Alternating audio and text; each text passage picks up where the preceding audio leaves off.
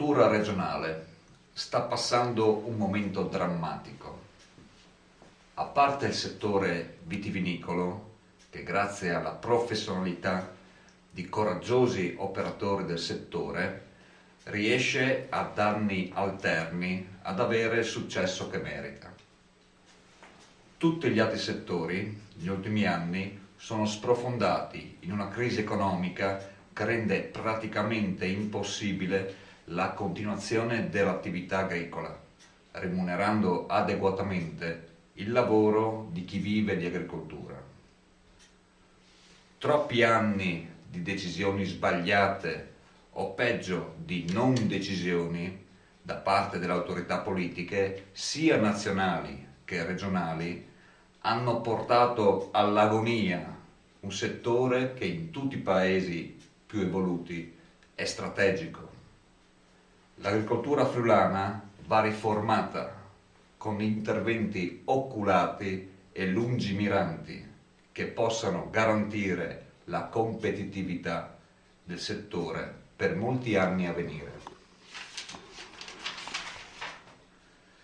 Patrie Friulane per il settore agricolo favorirà il recupero e lo sviluppo in modo razionale dei pascoli, soprattutto montani e collinari, per l'allevamento di bovini da carne di razze pregiate, quali l'Angus e la Chianina. Gli animali verranno macellati e lavorati in regione e la carne commercializzata con un unico marchio collettivo che identifichi il prodotto sia in Italia che possibilmente anche all'estero. Il settore lattiero-caseario sembra ormai arrivato al capolinea.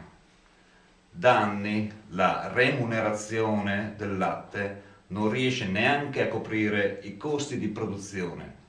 Le aziende sono allo stremo e molte di esse sono destinate a chiudere.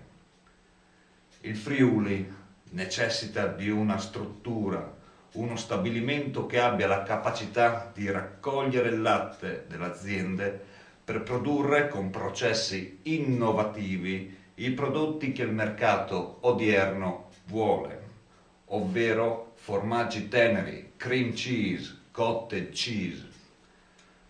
La struttura, lavorando buona parte del latte regionale, avrà una dimensione tale da avere massa critica, ovvero forza per poter contrattare con le varie catene di distribuzione per ottenere la necessaria remunerazione.